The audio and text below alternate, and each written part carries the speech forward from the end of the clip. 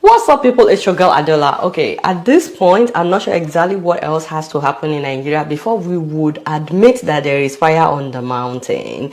More than 50 people were killed like 2 weeks ago, no be so. In this same Plateau state, we're still trying to wrap our heads around that. Our president is still in France. While all this is happening, another 50 plus people were killed. By the way, I don't know if you believe that it's only 52 people that were killed, because from what we heard about the story, more than 100 armed gunmen stormed that community. How can more than 100 people with guns kill only 50 people? So within 2 weeks, guys, we're talking about more than 100 people killed. And Nigerian president did not think that is an emergency for him to get on his private jet and immediately return to Nigeria. He's sending condolences while he's getting massage. I feel like we have become so indifferent to the issue of insecurity in Nigeria. It's not just in Plateau State. This is happening all over the country. Insecurity keeps getting worse in Nigeria, guys. Initially, it was just Boko Haram.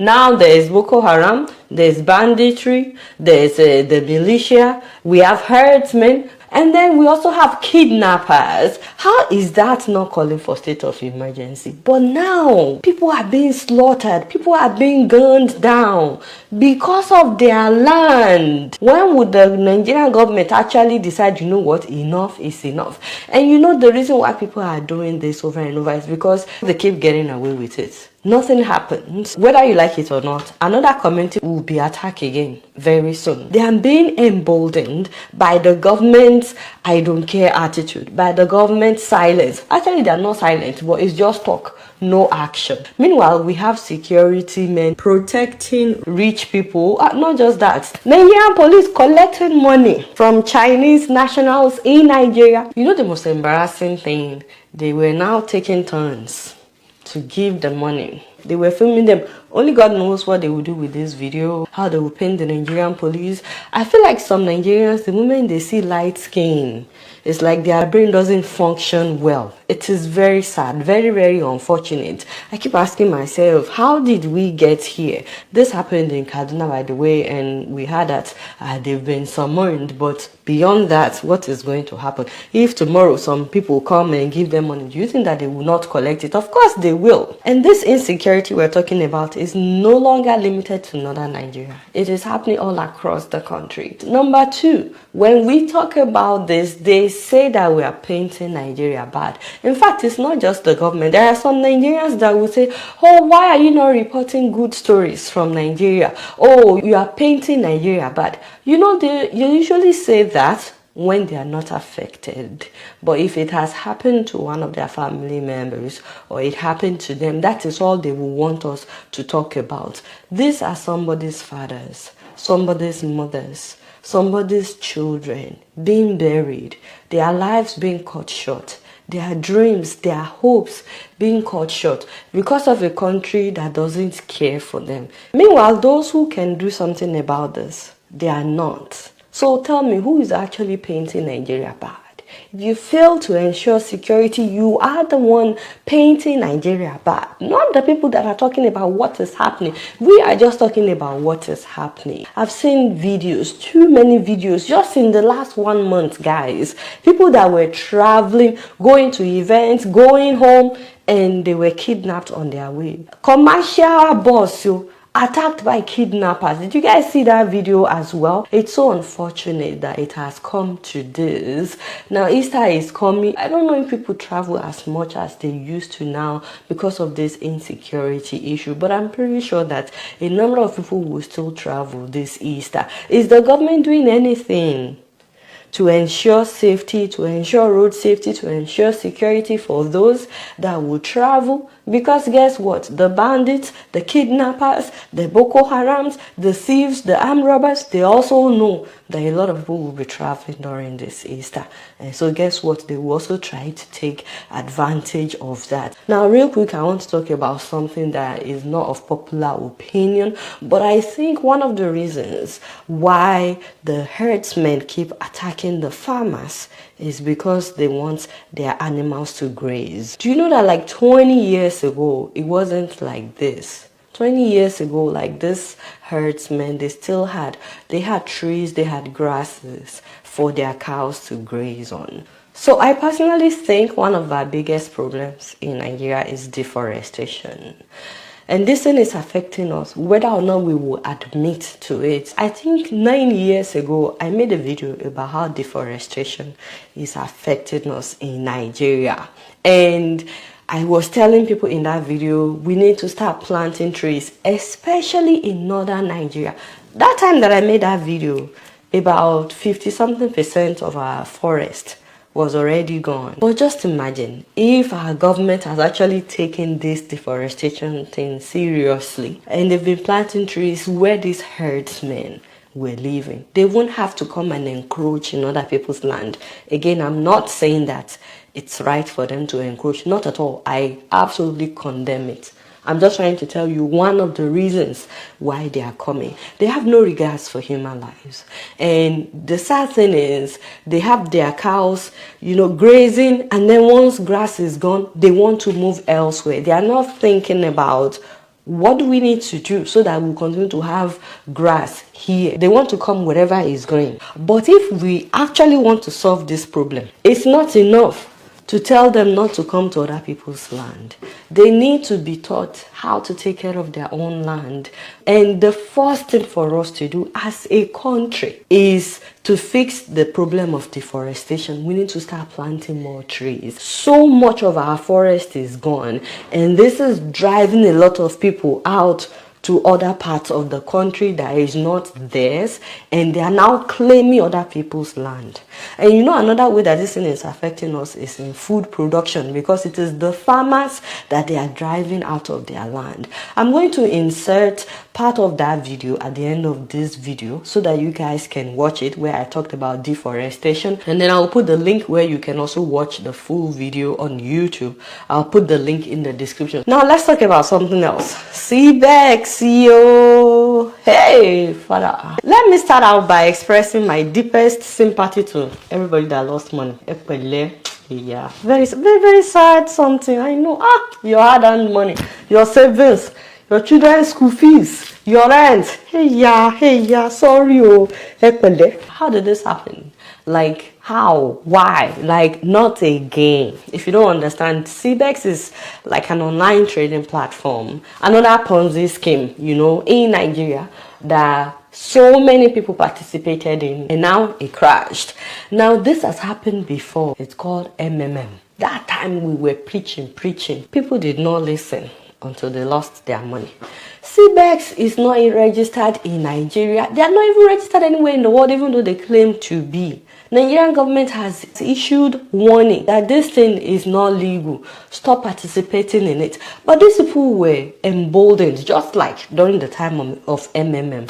They even opened offices in Nigeria. Even those ones at the office, they have no clue what is happening from the top. As in, they didn't even know that they were losing their money. As of last month, they were still doing conference, telling one another that don't give us bad name, you will get your money back. Their money had been stuck for some time, and that's why they were doing that conference, and they were telling them that by the 15th of April that they will get their money back.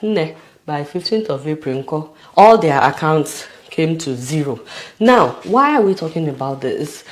As much as I pity people, because a lot of people have lost their hard-earned money. People are crying on social media. More than 40-something people have been hospitalized. Those are just the ones that we know. I'm praying to God that nobody will commit suicide because of this. But guess what? If another Ponzi scheme comes tomorrow, these same people will still sign up for it. How many times does this have to happen in Nigeria before you will learn? Any get-rich-quick scheme, don't participate. The one that baffles me is the people that will share this thing on church platforms on WhatsApp. Church, this is supposed to be for spiritual something, because they promise them now, if you recruit people, you will get commission. They were telling them that they will get 100% profit within 30 days. How is that realistic 100% profit within 30 days, and you also go and put your head. You kukuma bring everybody that you know to come and also do what? Put their heads. Now you want everybody to cry for you, and we're all crying for you. It is very sad what has happened, but would you actually learn? In fact, there are some Nigerians living abroad that they still went and put their money. We are praying for you on the mountain of fire. Not that you should get your money back because OT law, unfortunately. Like, we pity you, but your money is gone. Please, I do pity you. Like, from the bottom of my heart and the heart of my bottom, I do pity you. But beyond pitying you for the money, I am worried about some of you. Many of you, you are educated. You are exposed. Why are you getting involved in Ponzi schemes? Just Google Ponzi scheme. It will always crash. This is not the first time, and it will not be the last time. Another one will come tomorrow. Will you put your money? Of course, many of you will still do what? You will still put your money. So as much as we pity you, and God knows we do, we are hoping that you will learn. Okay, Tontalafia is way better than this 100% profit within 30 days. If you know anybody that invested in Cbex, go and find them. Call them on phone. Make sure that they are doing okay, because some people are not doing okay right now. Some people used their savings to invest. Some people have used their rent money. That is the one that baffles me. And some of you have children. Please help us check up on them. Now, speaking of checking up on people, guys, what is happening with INEC? Okay, after that video that we made that the chairman of INEC is under threat, he's under threat to recall Senator Natasha. The very next day, guys, we woke up, we started seeing news that the chairman of INEC had been fired, and I was like, that cannot be now. They can't fire him.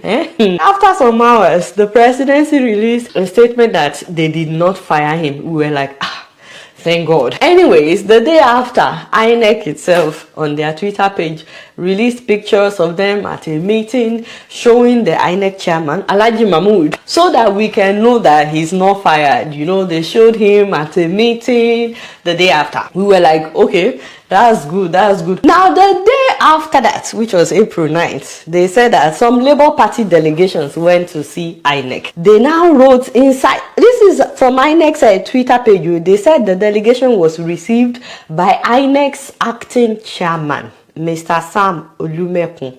And I was like, what do they mean by INEC's acting chairman? Bibo, Shebi, you said you did not fire Alhaji Mahmood. Why do we have an acting chairman, Mr. Sam Olumekun? Do they know what they are doing? Now, guess what happened? The day after that, they now tweeted another picture. They said that INEC's chairman, Alhaji Mahmood, is attending a conference for regional collaboration, ECONEX General Assembly in the Gambia. I was like, okay, wait, this doesn't make sense. Okay, so you sent Alhaji to the Gambia. So because Alhaji is now in the Gambia, you already have an acting chairman? Like, what's that? What's that? If I'm working for a company and they send me to a conference, do they suddenly have an acting somebody to replace me? Because I don't understand. So now, since that time, they've been posting pictures of Alhaji in the Gambia. Alhaji is still in the Gambia. They keep telling us he's making sure that regional elections are free and fair. And I'm like, what is Alhaji doing in the Gambia? Now that they have an acting somebody in the place of Alhaji, whatever you do, INEC, I just want you to know, we are watching you. All this drama that you guys are doing, we are watching on Plasma TV. Don't allow the enemies of progress to now come and submit forged signatures to the acting chairman when you have sent Alhaji to the Gambia. How many more days do you need him to spend in the Gambia? Is the conference not over? We don't want to hear tomorrow that now he will be going to Rwanda or he will be going to whatever. bring the man back home. Stop with this whole acting chairman. I don't even know why you have an acting chairman just because Alhaji went to the Gambia, my Gambia. And so I knew we are watching everything that you are doing on Plasma TV. Now moving on to Gabon, guys. Moving on to Gabon, my people. Is anybody surprised by the way that the coup leader won the presidential election that was held on Saturday? Remember that 2 years ago, there was a coup in Gabon. You know, the president of Gabon, Ali Bongo, his own cousin, Gogo, carried out a coup on him. And then he was crying out for help. I'm Ali Bongo Ondimba, president of Gabon. And I'm to send a message to all the friends that we have all over the world to tell them to make noise, For the people here have arrested me and my family. So I'm calling you to make noise, Remember that time. Now that's his cousin that took over and promised to hand over to civilians. Now allegedly won the election on Saturday. Like, who wins election by 90%? I'm sorry to say, but I'm just like, I don't know. I'm not surprised. 90%. The person that came after him only got 3%. How convenient. Very, very convenient. Now, a lot of people seem to be happy about this, but at the same time, you can't help but wonder, would there really be true change in Gabon when this is the president's cousin? It's like the same people are still the ones in power. And someone that came in through a coup promising to hand over power to civilians has now turned himself into a civilian. This man is a soldier. He is now saying that he's a civilian and that he won the election in the right way. I really want to know what you guys think about Gabon. It's one of like 7 African countries that had a coup in recent years. The video of that president went viral just before the election where he was dancing.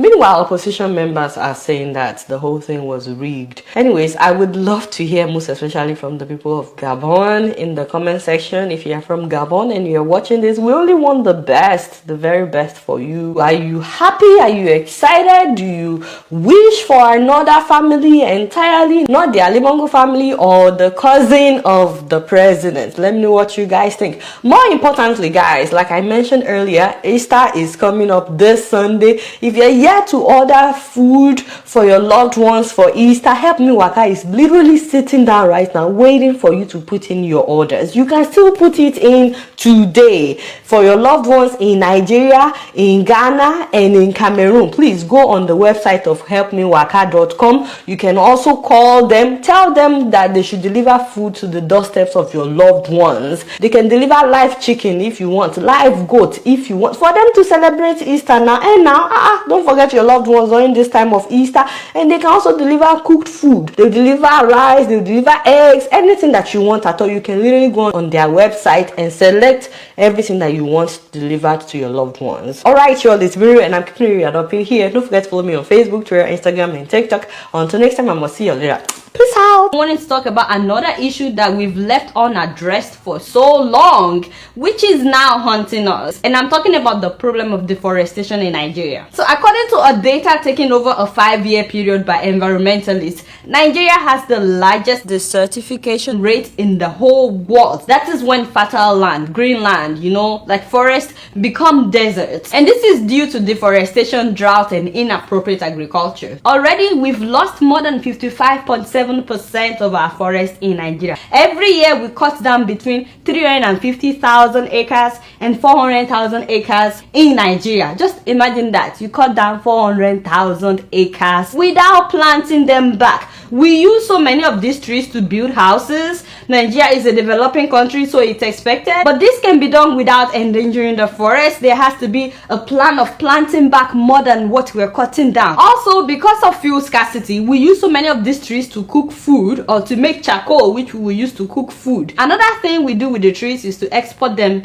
in illegal tree trades. There are so many Chinese businessmen now taking advantage of our lack of environmental regulatory policies, as well as the loopholes that exist in our laws, and as well as corruption among government officials. They pay these government officials and they allow them to go into the forest to cut down trees illegally, exporting our forestry resources. Since 2013, Chinese businessmen have had their eyes on a tree called rosewood. It's locally known as koso or koso, however you want to pronounce it. We have so many of these trees in Kogi, in Ekiti, in Ondo, in Ogun State, in Taraba, in Kaduna, in Adamawa, in Cross River State, and all these states have been ransacked. All these states have been exploited by these Chinese men. As a result of this, Nigeria and Indonesia now top the world's deforestation list. Guess who is the lowest on the list, as in the people that are preserving their own forest? China. They are not cutting down their own trees, but they are coming to our own country to rape our lands and bring our trees to their own country. You may be wondering why you should be concerned about this. Well, let me tell you, deforestation has robbed Nigeria of so many things. First of all, the species that are native to Nigeria. All kinds of animals that live in the forest that were found solely in Nigeria are now going extinct because we've taken away their homes. Meanwhile, countries like South Africa, countries like Kenya, they are using their forests and their animals to make huge money in tourism.